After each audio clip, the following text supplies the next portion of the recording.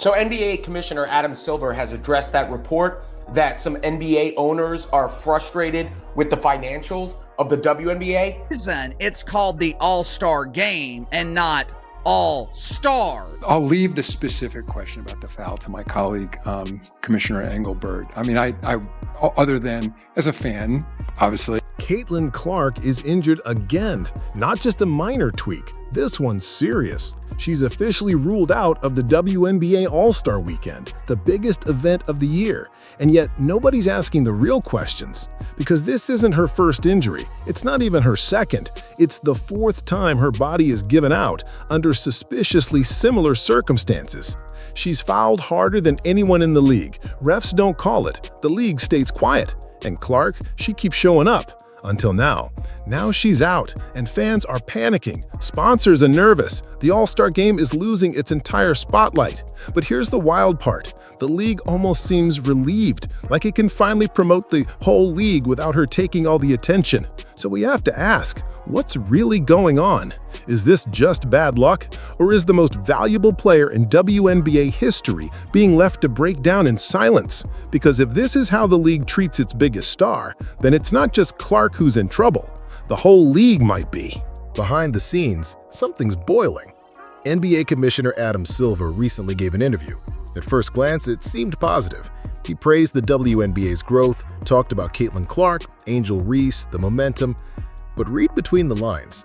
Silver said the owners aren't happy, not because of attention, but because they're not seeing the return on their investment. Translation, the hype isn't making enough money. He said, if you're putting money into the WNBA, you want to see results. That's not a compliment, that's a warning. And what's the biggest risk to results? Caitlin Clark not playing. If the WNBA's top attraction is on the bench, or worse, injured long-term, the entire financial pitch falls apart. And Silver knows it. So while fans argue online, the power players are watching their investment walk with a limp. This isn't just a sports story, it's a business story. And when Adam Silver, the most powerful man in basketball, starts sounding anxious, you know something big is happening. The league might pretend it's all good, but the people writing the checks, they're nervous. Very nervous. Let's get into the details. Clark's injury is officially labeled as a groin strain. That might not sound serious until you realize this is her second groin injury in a matter of months. First, it was her left side. Now it's her right. Groin injuries are tricky. They linger. They tighten up. They don't heal with rest alone. And when they happen back to back, that's not just fatigue. That's a red flag. It means something deeper is off. Overuse, repetitive impact, or what no one wants to say, targeted contact. Clark's been taking hits every single game, not ordinary bumps. We're talking body checks, shoves, elbows, plays that would draw a whistle in any men's game. But in the WNBA, they get ignored.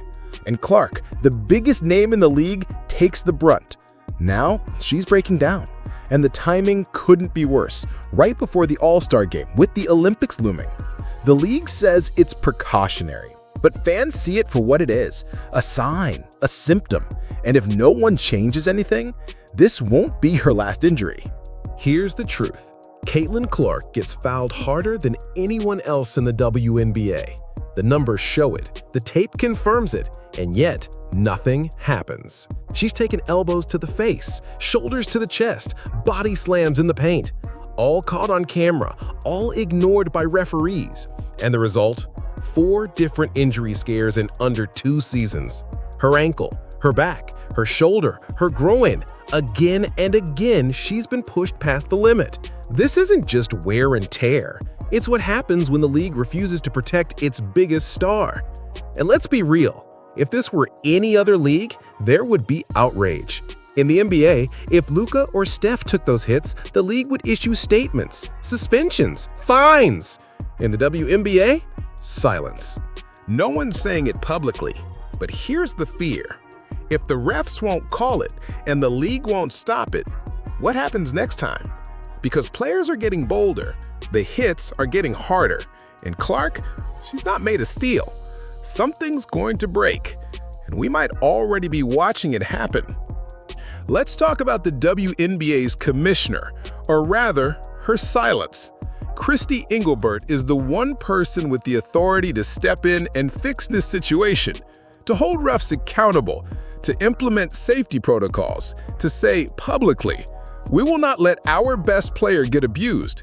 But instead, we get motivational quotes, buzzwords like growth and grit, PR statements that sound like they were written by an unpaid intern who's never watched a game.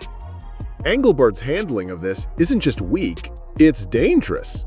Because every time Clark gets blindsided without consequence, that's a choice, a decision to look the other way, a decision to protect the league's image instead of its players. If this were the NBA and LeBron took a shot like that, there'd be a league-wide investigation, fines, suspensions, front-page headlines. But in the WNBA, the biggest star limps off the floor and the commissioner tweets out a Canva graphic? Engelbert isn't just failing Clark. She's failing every fan who believes this league is ready for primetime.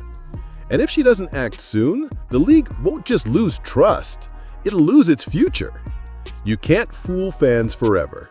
The league might try to spin this injury with positivity. It might flood social media with all-star hype and player montages, but fans aren't buying it, literally.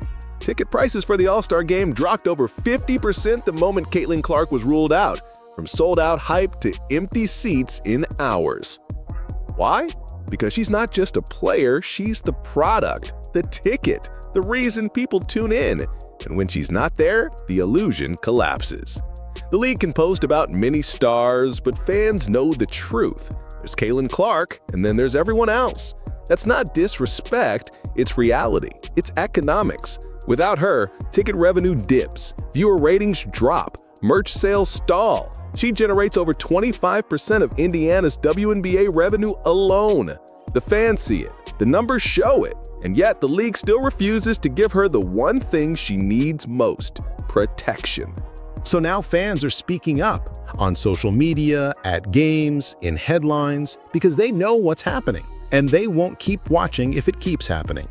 Let's imagine the unthinkable. Caitlin Clark pulls the emergency brake.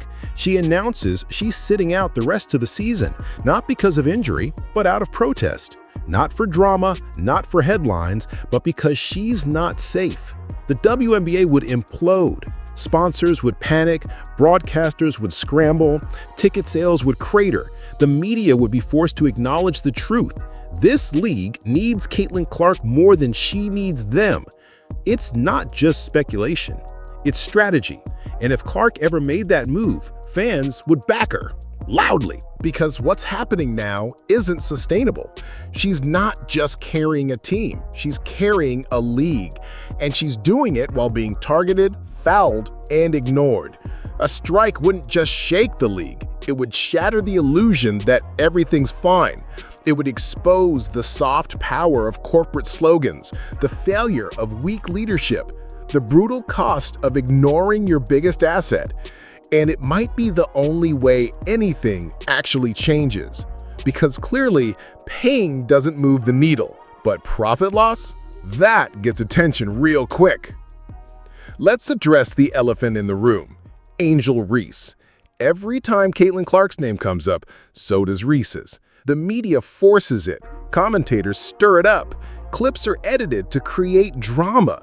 But here's the thing, Reese isn't the problem. The obsession with this rivalry is. Because while the headlines focus on post-game handshakes and TikTok reactions, Caitlin Clark is getting blindsided on the court. She's hurt, the league is silent, the refs aren't calling it. But the trending topic? Caitlin Clark versus Reese. It's not just exhausting, it's convenient. The league wants this rivalry. It's box office, it draws attention, but it's also become a distraction, a shield. While people argue about who said what, the real story, Clark's safety, is getting buried. And that's by design.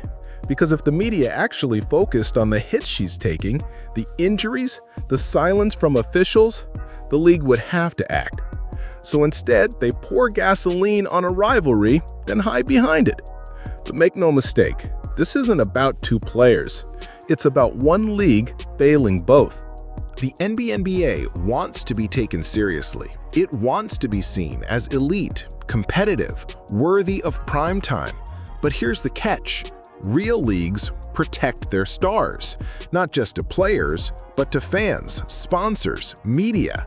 It says the league isn't ready, that it doesn't know how to protect its product, that it's okay with short-term drama even if it means long-term damage. And damage is exactly what's happening. Clark's out. Reese has been hit hard too. Social media is turning toxic. Players are choosing sides. It's chaos. And the league's response? A tweet, a highlight reel, a hashtag. That's not leadership. That's marketing. And when your credibility starts to slip, it's nearly impossible to get back. Caitlin Clark isn't just missing a game. She's showing the world exactly how fragile this league still is. And if something doesn't change soon, it might break completely. This moment isn't just about one player, one game, or one injury. It's about a league on the edge, because Caitlin Clark's absence isn't just noticeable, it's devastating. And if she walks away, or worse, breaks down entirely, it won't just hurt the WNBA's momentum, it'll expose the entire structure. The fact that one rookie carries this much weight is a problem. The fact that she's getting fouled like a crash test dummy is another. And the fact that no one in power seems willing to change anything, that's a disaster. There's still time. The league can step up. It can hold refs accountable. It can issue suspensions, set standards, and protect its players. But every game they wait, every hit they ignore, every injury they downplay, it moves them closer to the point of no return. Because this isn't about growing pains anymore. It's about survival. Clark has done her part. She showed up. She played through pain. She lifted the league into the spotlight. Now it's time for the league to show up for her before she and everything she built gets taken out completely. Caitlin Clark isn't just a player. She's a turning point. She brought new fans, new money, and new energy to a league desperate for relevance. But instead of protecting her, the WNBA has left her vulnerable to cheap shots, to injury, to silence. And now she's out, sidelined before the biggest game of the year, not because she's weak, but because the league was. The truth is simple. If Clark walks away, the WNBA doesn't just lose a star, it loses everything. The sponsors won't stick around. The fans won't either. This league needs her far more than she needs it. And unless something changes right now, it won't just be Clark limping out of the arena. It'll be the league itself. So the question is, will they finally protect their future or let it bleed out one groin strain at a time?